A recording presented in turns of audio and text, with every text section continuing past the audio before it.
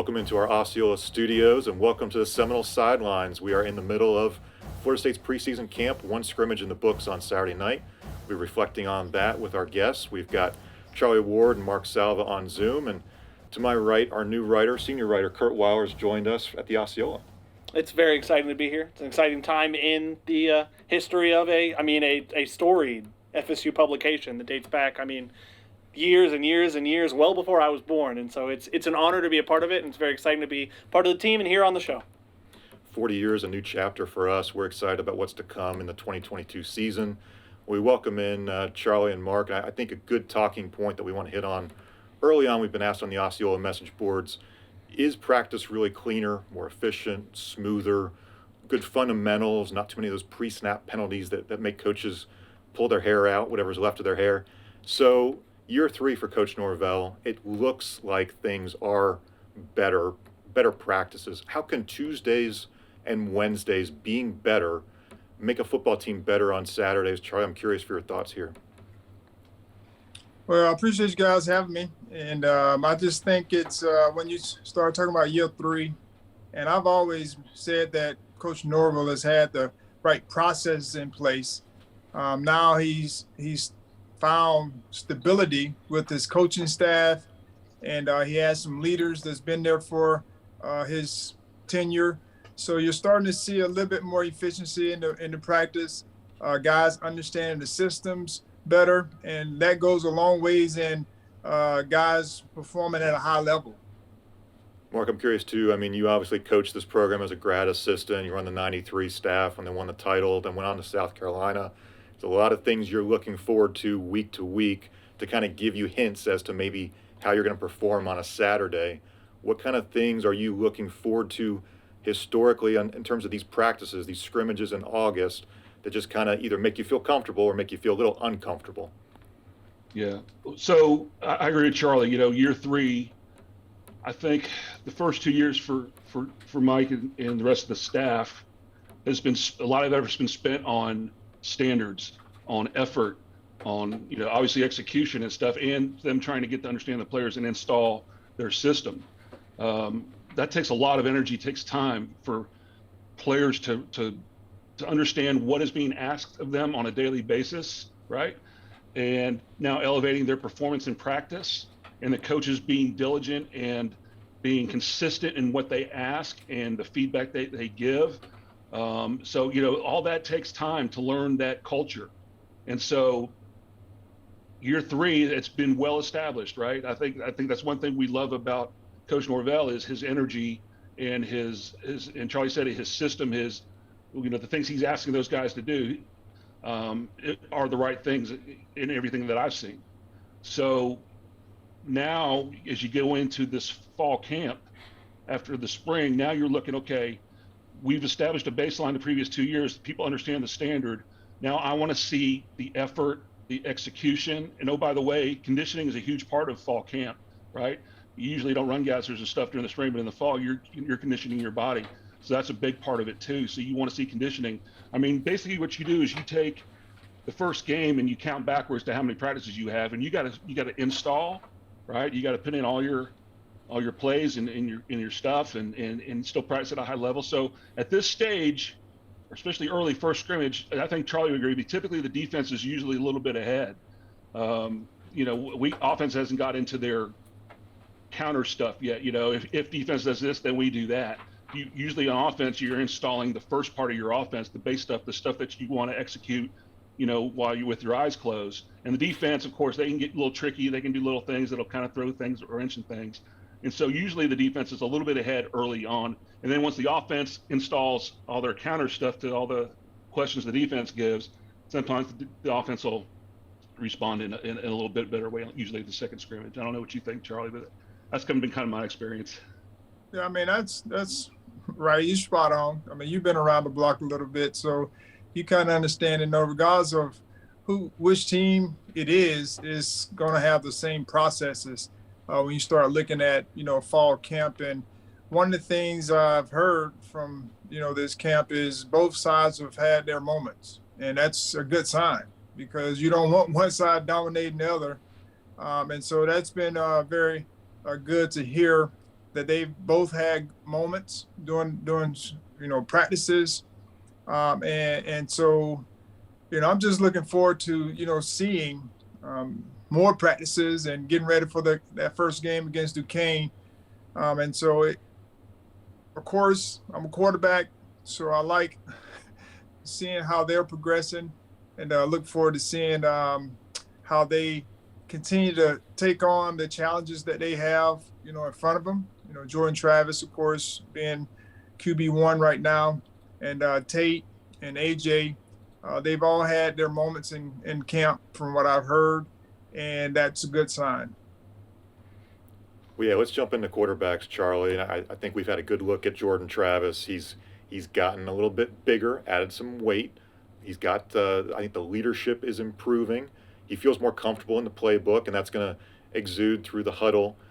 How can a veteran quarterback, that presence, some of those intangibles, how can he kind of make the guys around him just feel a little bit more comfortable and kind of gain that rhythm in the passing game too? Well, I mean, I'm a big believer. My junior year, I was trying to figure it out, but by the time I became a senior, and we established our offense, and I knew where everyone was going to be and should be, it played a big part in just the confidence. Jordan has done a great job over his years. Last year, finished strong after he came back from his injury. And so I know he's excited about this year. I hear he's doing a great job of making plays in the pocket, outside the pocket, just doing the necessary things to keep the chains moving. And his leadership will be valuable this year to our success. And so hopefully we can keep him healthy for a good portion of the year, because that'll play a big part in our success, moving forward. And I mean, we all know that when you have a quarterback that's confident and they believe can make plays, you always rally around that guy and want to give him the ball as many times as you possibly can, so that he can make plays. And I know the defense will work to try to get the ball back to him. And once he gets it, he'll make things a lot better for the offense. And I think it's going to be key for us, down the stretch, to see how he progresses or how he manages, late game situations. Very similar to the Miami game last year. How he continued to progress in those late game situations, because I do believe there'll be a lot more competitive games again this year. And hopefully we have the football last and he can work his magic. Let's move over in the depth chart. We'll talk a little bit about Tate Rodemaker and AJ Duffy. I think we've seen and heard some positives from the coaching staffs as they've had a chance to analyze what these guys have done in practice and in the scrimmage. Kurt, we've seen, I think AJ Duffy looks a lot more comfortable. He had that early enrollment time in the spring to kind of figure his way through some things, but now he's really making some big plays. Yeah, I think Mike Norvell, talking last night after the scrimmage, kind of sums up where A.J. Duffy is now. I think he said he had kind of a little adversity early. I think he misread some protection stuff and threw an early interception in the scrimmage. And he bounced back and, by all accounts, I know, had a really good scrimmage. I know they talked about his deep throw to Deuce Spann, which I think he said was perfect or something like that. That you saw in the spring, he was a step behind both Tate and Jordan, but he would have kind of days where he had the best single throw of the day, and it's kind of what people have seen in him since he was a pretty highly touted recruit. And yeah, I think you're seeing the consistency, the comfortability. There are still moments where he looks like a freshman and kind of just is still getting used to playing at this level, but you absolutely see the potential in what he's done this preseason, even from where he's come in the spring. His moments are definitely there. I think it's just like everybody else who's really young, get comfortable, get experience, get more consistent, play in and play out, and kind of leave those bad plays behind. What was really positive about the scrimmage, I think, last night is he had that early interception, the one to Sam McCall, but then bounced back from that. And it just shows you're a really good competitive guy, and you can build on that and set those bad plays behind you. Well, let's move on to the running backs, and really, if there was a position group we had maybe some questions on in January, those were alleviated by Trey Benson coming here and showing what's really been a remarkable spring. He's built on that in camp. Kurt, this is a difference-making running back. He can make a small hole become a big gain. He can bounce it outside. It's a big body with a lot of speed, a lot of talent. I remember, and Trey Benson may remember too, how many Florida State fans were questioning that take back in, when was that, December, when he committed as a guy coming off a pretty serious knee injury, not to like a Mackenzie Milton level, but serious. It was a multiple torn ligament, severe injury, and he's now a year, coming up on 2 years removed from it. And you're really seeing a guy who is that far removed from it, and you're seeing what made him. I mean, the type of recruit he was out of Green Mills, Mississippi in high school. I mean, just for like do everything you want type runner. I mean, he runs hard, he runs tough, he's quick, he hits top speed fast. We've seen him be a bit of a big play machine, and I think you see a lot of Jashaun Corbin, but I think you might even have another gear from what Jashaun had. Yeah, the depth at running back is really impressive. David Johnson has said they're going to use 3 backs. We're going to see a lot of Benson, a lot of Trayshawn Ward, Toa Feely. This is a really good deep backfield. They can wear down defenses in the fourth quarter. That's a big positive. We think the identity of this offense will be to lean on the run. One of the guys we've been really impressed with, though, is Rodney Hill. I did not expect Rodney Hill to be this good this early. And he may not see a ton of playing time, but the guy is just a practice phenom with what he's kind of shown us so far. Yeah, he is a guy who every day with us being out there, we see him make a play a day. He is one of those guys. There are a few other guys who fit that category for sure. There were questions about Rodney just as a guy coming from small level private school, high school in South Georgia, how he'd kind of make that transition to, I mean, a place like FSU. And like you said, I don't think he's going to play a ton because if they're running 3 deep, he's not in that 3 unless an injury were to happen. But you absolutely have quickly seen that he's a guy who can have a future here, who will, I think, factor into those long-term plans. His acceleration may be the best on the team. How quickly he gets to top speed. Yeah, he's quick. He's fun to watch. You'll enjoy him, whether it's in 2022 or 2023 and down the road. All right, Charlie, I know you've got some thoughts on Rodney Hill. He's been an impressive freshman. It's good to have guys who maybe have that time to develop on the practice fields before they're forced into the game.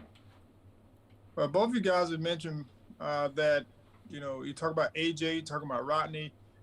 There are a lot of freshmen that are showing great signs during camp. But the good part about it is they get an opportunity to sit back and learn. I know that's one of the things that when I came in as a freshman, I got an opportunity to learn from Peter Tom Willis, Casey Weldon, and Brad Johnson. And so I learned a lot of things from them. And I think that's one of the things that we've been missing over the past few years is just that leadership, where freshmen have to come in and learn from the veterans. And when their time comes, they'll be prepared and ready to play.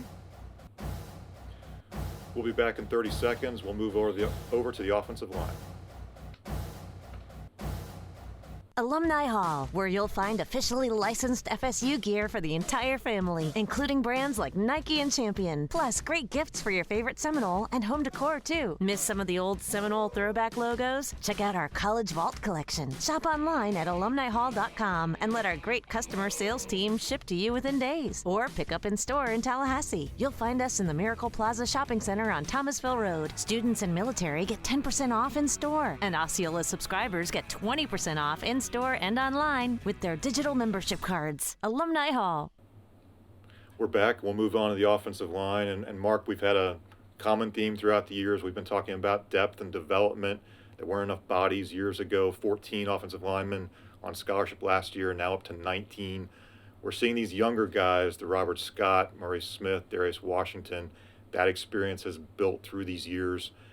Mark, just how can August be used to further build this depth, develop these guys, get the right 5 on the field, and then build a second 5 and maybe even a third 5?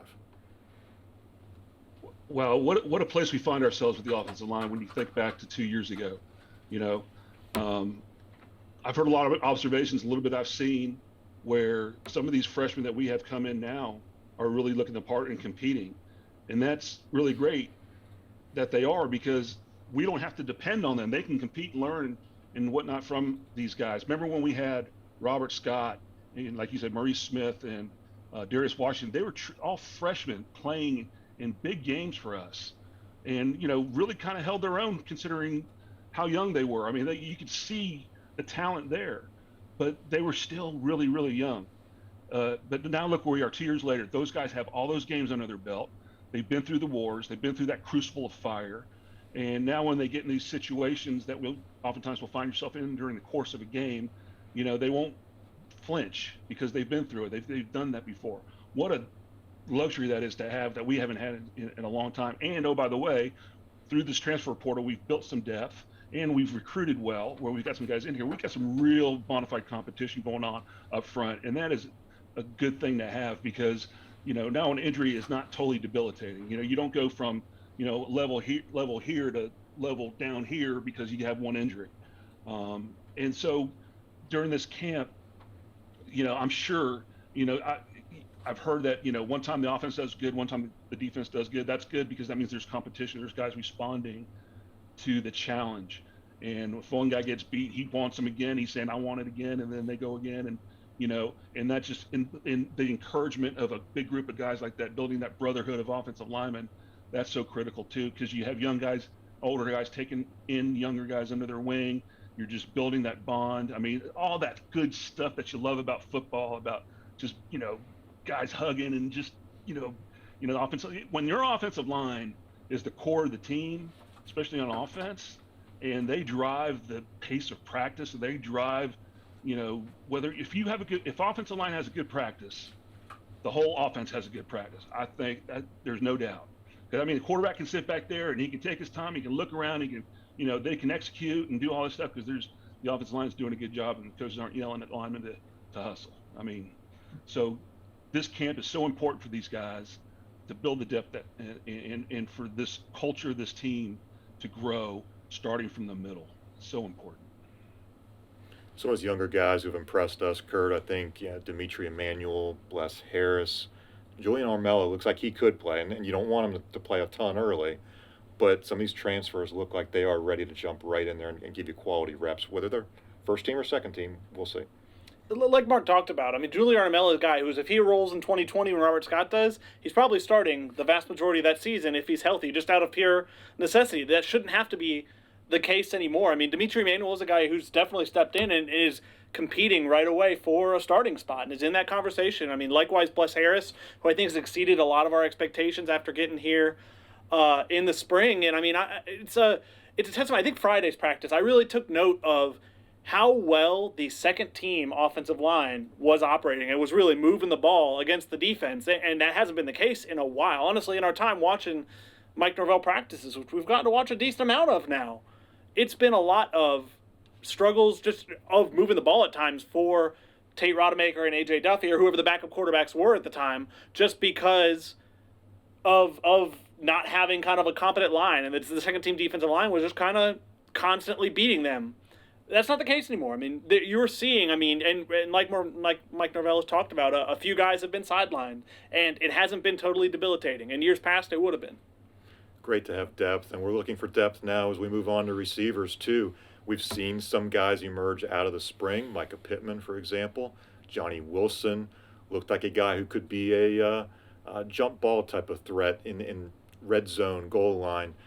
There have been a lot of candidates at receiver. Can guys become dependable? I think dependable has been what we're really looking forward to. We've watched these receivers closely, Kurt. I think we've seen and heard a lot about Deuce Spann. We're excited to see what he can do. We're excited about Malik McLean, his development in year two. Who are some of the guys that you're really excited to watch? Those two you mentioned, Deuce Spann is one who you always saw the athletic ability, but you saw Deuce Spann in the spring, and you were like, he's going to need a year or two. He was just very raw. He'd only played 1 year of receiver at Illinois before coming here this offseason, and he did not look ready for playing time, and he does now. Even last night in the scrimmage, I think he was maybe the first player that Mike Norvell mentioned for having a big catch from A.J. Duffy. Malik McLean, you've definitely seen take that step, and I think a name that a lot of people want to hear good things about. I think Johnny Wilson has been far more of the good than the bad so far this preseason. In the spring, we saw a lot of both. We saw days where he was dominant. We saw days where he struggled pretty mightily, but the good has definitely outweighed the bad by, I would say, a pretty wide margin, and he's had a number of good days. It's weird. I still don't know if this team has that number one receiver. They might have him, and he might actually be recovering from an injury he suffered in a car accident in Winston Wright. but I think they have a few options, and it could be a case where different weeks, different guys step up, and you feel good about the pure number of options they have at the moment. I think as we wrap up talking about the offense, Charlie, I want to get your thoughts. Just how can a quarterback's confidence grow because the quarterbacks are the receivers are more dependable. The offensive line has the experience. It feels like these guys are trying to grow together, and that can make it fun. And this offense will just be more fun to watch, more efficient in the fall. Well, as I mentioned earlier, it's really important for them to be all on the same page, which they've had, the whole spring to do and now all of summer. And now they're working fall camp. And one of the things that after talking with Coach Norvell, they're starting to identify what guys do well and then putting those guys in the best situations. And so I think sometimes when we looked at some of the receivers or running backs or linemen, wherever it may be, in the spring, they may not have known those guys. And so there's been an evaluation process that's been going on. And so I think when you talk about teams going to the next level, chemistry plays a big part. And as Kurt mentioned, you want to have a go-to guy, but you also want to have multiple go-to guys, and then other guys step up and make plays whenever you need them. And so that helps make the offense balance when you can have a good running game and also guys that's making plays in the passing game. And I think they do have all of those things. And we haven't really talked about the tight ends as well. And I know Cam is really excited. I know he's still fighting an injury right now, but he's really excited about this season. And I've been fighting and trying to get everybody to listen. We need to throw the ball to the tight end more. Preach, brother, preach. Because every team we play, they find a way to throw the ball to the tight end. And I'm like, man, we have good tight ends as well. But hopefully, from what I've heard and talked to Cam, he said that he's ready. And I think they're going to find ways to get him the ball a little bit more. Yeah, I want to touch on something Charlie touched on here, talking about knowing the roster, knowing the players. If you think back before Jordan Travis took over as quarterback, as a coach, you go in, you have a playbook, right? Norvell has his playbook. He has his inventory of plays and what he wants to do and what he envisions his offense to look like. So when he first came in, he doesn't know these players. He doesn't know what they can and can't do. We go out there, and before you know it, things are kind of, not exactly the way he wants, obviously.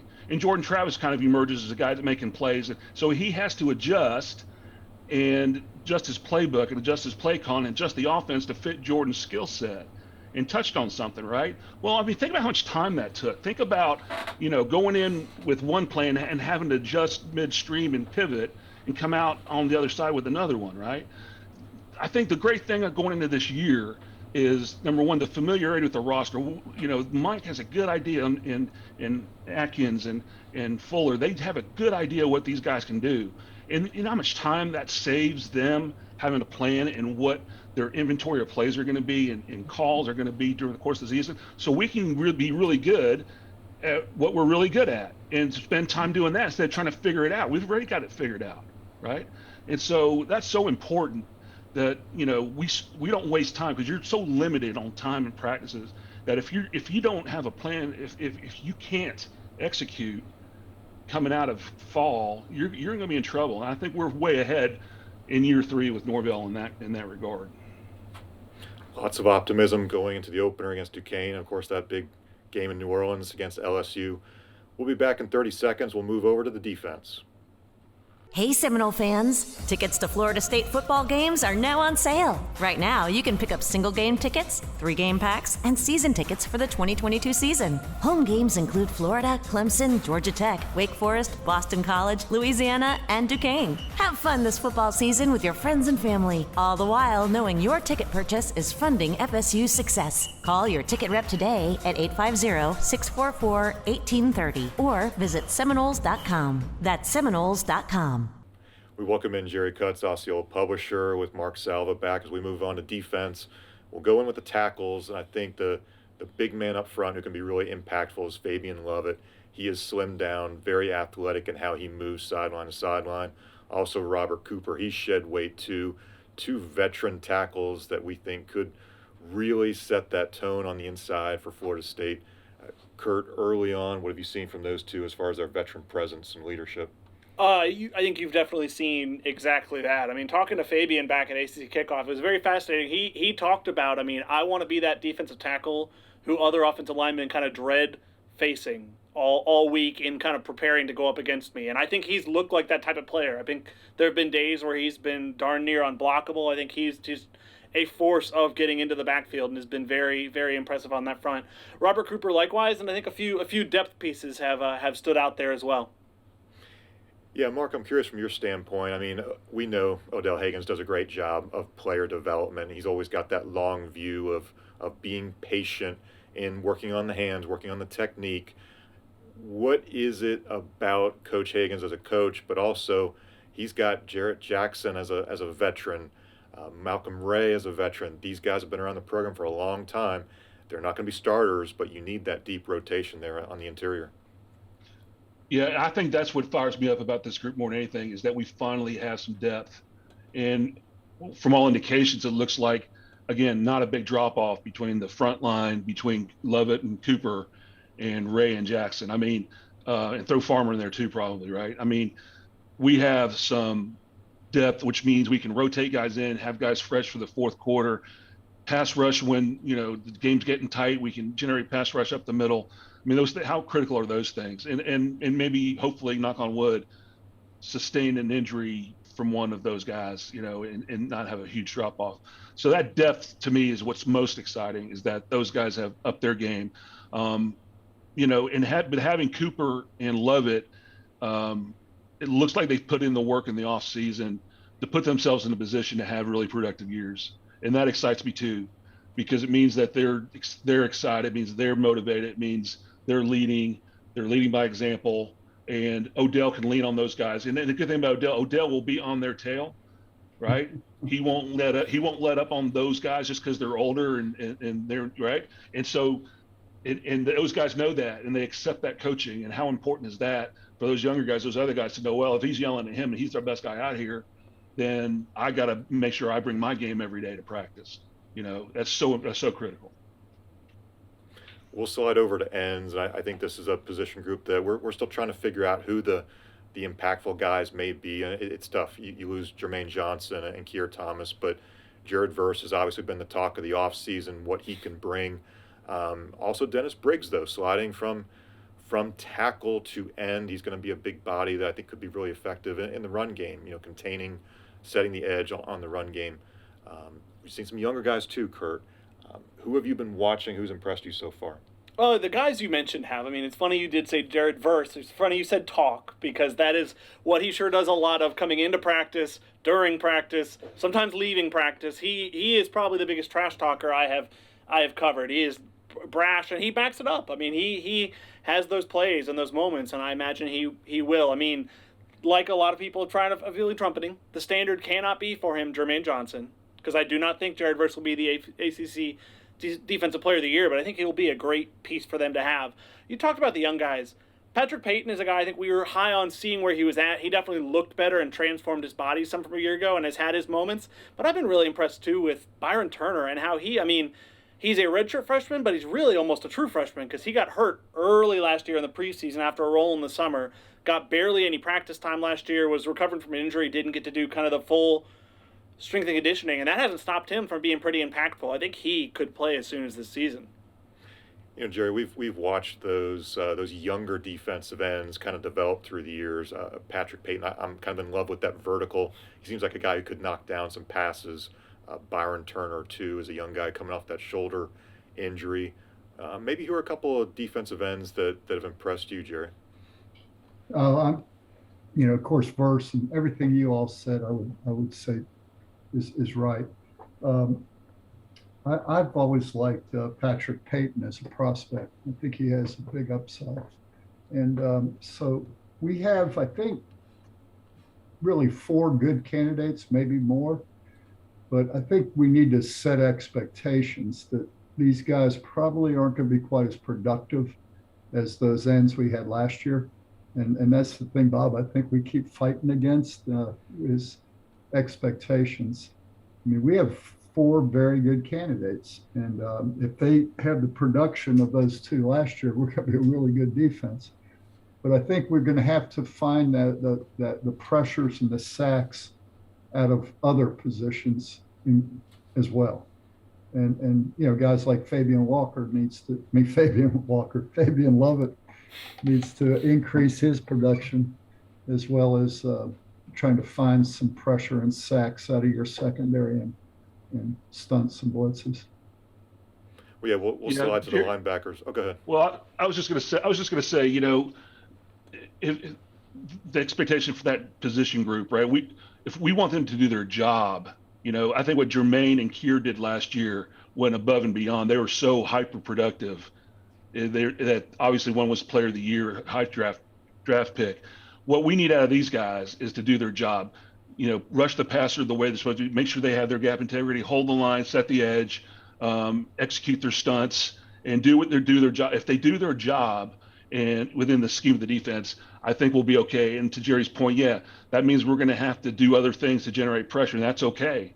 That's not against the rules. The rules don't say, of course, at FSU maybe it does, but most the defensive ends don't have to have 30 sacks a game. You don't have to have two running Jessies like we usually have, but we can do it other ways too, and that's going to be critical. So well, when you have Pete Bowler on one side, Raynard Wilson on the other, you don't have to gain much. That's exactly right, and then you can do whatever you want everywhere else. It just makes things that much easier.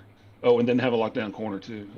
Yeah. But I digress. I was going to say, I think you feel better about maybe every other aspect of the defense from last year but defensive end. So if that's the case, as long as they give you something, I think you might have enough complementary pieces around to be able to be okay. I agree with that 100%. This is a different team, right? Every team's a different team. And so what this team is going to be good at defensively is going to be different than what they were last year. And that's not a bad thing. Let's just win the game. I don't care how we win it. I just want to win it, the bottom line. And if anything, I mean, a positive as we wrap up, is Jermaine Johnson and Kier Thomas set a standard for that room. Those guys told the younger guys how to practice, how to be prepared, and they are better prepared for the 2022 season because of that 1 year that they had with Jermaine and Kier being those mentors and leaders in that room. And I think as we move on to linebackers too, we're seeing this is a group that has really left an impression early on. Kalen DeLoach is a leader. We've seen Tatum Bethune's impact, a very instinctual linebacker moving sideline to sideline. And yes, DJ Lundy shed some weight too. If there's one position group, Kurt, that I feel much better about after, what are we now, 8 practices in, I think it's linebacker. Agreed. I think coming into the preseason, the whole thing was what you saw from Kalen DeLoach to close out the season with how strong he finished the season. It was great, but does that carry over? Was that an anomaly, or is that who he is now? And the early returns of this preseason are, it's who he is. And you talked about DJ Lundy. He lost some weight for the spring and definitely was looking better. And it went so well that he lost more weight over the summer, and I would say looks even better. I mean, whereas he had his just certain liabilities in coverage before, I haven't seen those. I've seen him much more capable in coverage, which was kind of the one drawback of being able to use him as much as I think you might want to for how well he does some other things. And, I mean, we can let Jerry talk about Tatum Bethune, but, the word you keep hearing, or I keep hearing people talk about, is flying around, and I think that's fair. I mean, he's instinctual, he's a thumper, he does everything you want out of a guy. I mean, he had 100 tackles last year at UCF. Jerry, I know you like that end zone view on game day. Is it I do like and that's so you can watch your linebackers. Tell us what you've seen from practice so far. Well, let me say this first. When I first started Osceola, Gene McDowell got me in the hallway, and he told me how bad our coverage of defense was, and that he would bring me in the film room with him if I would come, and he would teach me how to cover defense. And I took him up on that offer. And when Gene left and went to UCF and Wally came in, Wally and I did a lot of study too, but it was usually in his carport with a cold cooler of beer. Of course. So, Bob, the reason I love linebackers is the coaches at Florida State have always been very gracious to me with their time. And I think I see the game from the linebacker position, partly because I was horrible in high school at that position, and partly because it's an integration of the front and the back half of your defense. And so I think knowing what they're doing, you got to kind of know it all. Would you agree with that, Mark? The linebacker position kind of is. Of course, you got to play the run in cover with equal enthusiasm, right? Yeah. So let me start by prefacing it, but that way. Now, having said that, Bethune was recruited by Randy to UCF, and he got to coach him at UCF. And then when Randy came here, Bethune followed. So that's a kid that's been very well coached by what Randy wants. He's not like some transfer from somewhere else. There's a lineage here from high school to what we'll see on the field this coming month. It's been a long time since we've had a good linebacker, in my estimation. A long time. And Bethune, I think our fans will find is that guy. I think he gets the front set. I think he's integrated with the back. So it's not just what he does that you see, but it's what he does to get things set up right. And then you've got the thing, my concern with Lundy's a better football player. He was a freshman last year. He's lost some weight. He moves a little better. But I think he's moving a little better partly because he's better coached. He's been in the system longer. He doesn't have paralysis by analysis. And I think he's making plays for that reason. And then, of course, I think Gainer's an NFL player. I mean, sometimes guys aren't as productive at the college level as they are in the NFL, but I think he's a guy that the NFL will like. And he led our team in tackles and didn't start last year. And he won't start many games this year because we'll be in 4-2-5 a lot. And so we'll have a nickel in and him out. But, he's got such a great attitude through all of that. And so those three guys are a neat thing to have. My concern is you got to go down to a true freshman in Graham to find backup. So we're very thin at that position. Our two deep includes a true freshman. So that is something I caution, our expectations. We really don't need to have an injury at that position. Yeah, and we'll see what's to come with the linebackers. I mean, the benefit for Florida State is you're getting your best 11 on the field. They often go 4-2-5 with the nickel, so you do have that opportunity to play two linebackers and allows you to build some depth maybe there. Let's transition into defensive backs, and I think one name that I did not expect to emerge in August camp was Jerian Jones, who, if you remember his 2021, it was very much some good plays, some interceptions, some takeaways. Adam Fuller loves the term takeaways. He made some really good plays. He had some moments that were very much forgettable, but it was because of a hand injury. I thought Curdy was really transparent about what he went through, how difficult the times were, and that he almost quit. He almost gave up football. Jerian's a really good story coming out of camp. For sure. I think he talked pretty candidly, like you said, about he said like last year, starting camp with that hand injury and really only getting back, I don't remember exactly when, but I feel like it was Notre Dame week or close to it. Like he had barely any time in the preseason. He said he felt like he was playing catch-up all season. And then I think right when he started to feel right again with that North Carolina game where he had an incredible interception going against Josh Downs and a few other nice plays, he heard it again, I think. And it was just a year it was his third year in college. I know he kind of went in thinking it was the year. I mean, that's what guys think of as their money year. And it was not for him. And he's here again. But, yeah, he's been working at, he said, field cornerback and nickel cornerback. And, I mean, I think he may be pushing Kevin Knowles for the starting spot there, as crazy as it is to say, and as much as some fans thinking back to last year may not like the sound of that. I mean, you've got to take it from those who watch practice. This ain't last year's Jerian Jones that we've seen. Yeah, I think Coach Fuller said after Saturday's scrimmage, they're working in 15, 17 different defensive backs, trying to get guys reps, trying to figure out who fits best where. And Jerian could be nickel, could be corner. These are all questions that I think the coaching staff will weigh as they watch film, figure out how the pieces work out, and then move into that second scrimmage. Couple quick talking points I think we need to address on the defensive backfield. Jamie Robinson had missed some practices. He's back, looks good. I think that's a good thing. Florida State needs those safeties, Jamie Robinson and Akeem Dent, to lead the way and set a tone in the secondary, as you're going to have Omarion Cooper with a couple starts under his belt at one corner and a new corner opposite him. And we've got a new defensive back to talk about. Malik Feaster from Jacksonville State will be welcomed.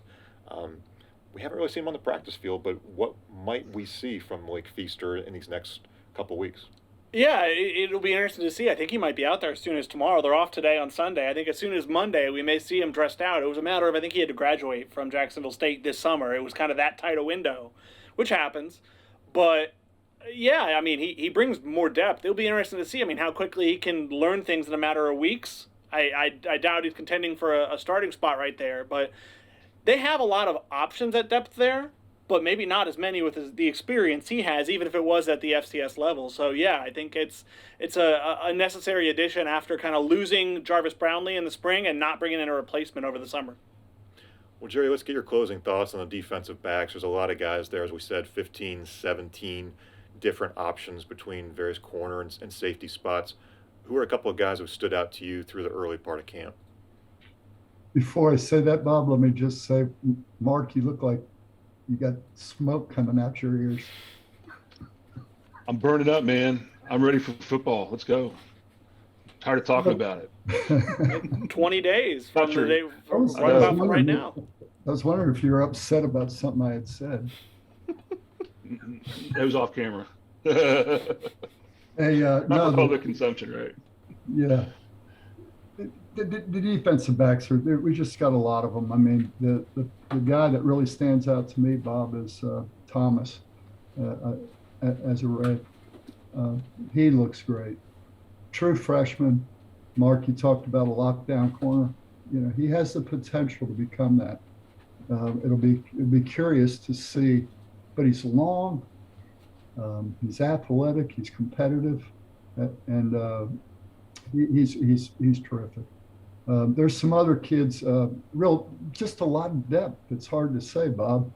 I mean, we tend to overlook guys like Renardo Green and Akeem Dent, and, all the guys you mentioned. There's just more depth, and there's competition. And I think they're getting after it. The receivers and them are having some good one-on-one battles. We talk about, and it's something I'm wanting to write if I will, is the competition among the defensive backs is intense. The competition among the receivers is intense.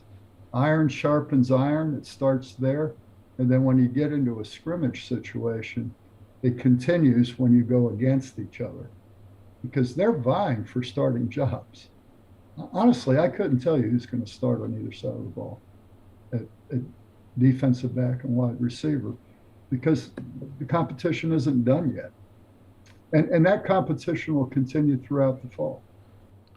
We move on to special teams, and Florida State has a mix of veterans, newcomers, those transfers. We have Micah Pittman, Johnny Wilson, Deuce Spann. We've seen some impressive return guys so far. I think Florida State really needs to improve in special teams in the return game. Got to set up that offense, some good field position this year. Yeah, I mean, we heard from Mike Norvell's introductory press conference back in December of 2019 that special teams is kind of what he uses to determine like what a program's made of and how important it is to him. And we see on the practice field how much time they spend on it, and we haven't seen it really translate yet. Especially, I mean, last season was kind of a step back. But like you said, a lot of new guys back there. I think Trey Benson, too, could factor into that conversation. A lot of guys in the return game who definitely have had big play experience doing that at previous stops. I mean, especially, whenever Winston Wright manages to make it back, if that happens at some point, is a huge name in the kick return game. Yeah, Deuce Spann, a high school quarterback. He's got a lot of wiggle, and you can just see him having fun in the open field. Lots of options for Florida State. And they've got to get better. They spend a lot of time on special teams. They call that a daily investment. They've got to get better in that area to set up the offense, put some points on the board. We'll bring Charlie Ward back in. A lot of Florida State fans who are maybe younger don't know that Charlie's first position at Florida State was punter back in 1989, and he can kick a little when he needs to. But Charlie, talk to us a little bit about the development of the kickers and punters. Alex Mastromano now in his third year at Florida State. John Papucha saying after the scrimmage on Saturday that this has been his best camp. And Ryan Fitzgerald was looking really comfortable as the kicker. How can these two guys, these kickers and punters and return men, really help the full offense and defense make the best team that we can see from Florida State on game days? They do spend a lot of time every single day on special teams, some aspect of it. So if it doesn't work, it's not because they didn't work on it. But the punters and the kickers are very, very important for field position. And I know Mastromano is one of the guys that I'm still impressed that he can kick with both feet. I mean, and does it equally well. And so that's impressive with itself by itself. But, having great special teams, kickers and punters, one flip the field position, but another one also is when you can get in range for field goals. And those 3 points are very, very important in close games. And so with the experience coming back, looking forward to big improvement in that area. We've gone through the offense, defense, and special teams. We're going to wrap up the show with a few thoughts from Jerry Cutts. We've had a great week at the Osceola, our new home on the Rivals Network. It's been fun to welcome in our expanded staff, Kurt Weiler. We appreciate you joining us on this journey, our new chapter with the Osceola.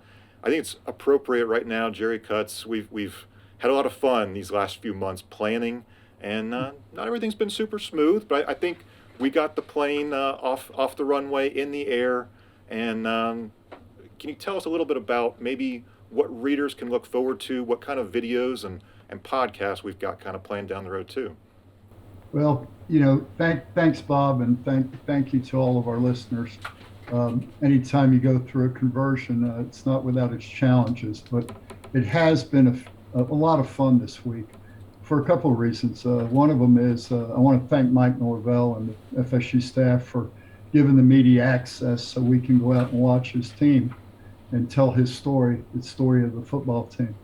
And, I've watched football for a lot of years, 40 years I've been covering this program, and I'm excited about this team. And that made this week great. Anytime you can watch football, it's a good week for me.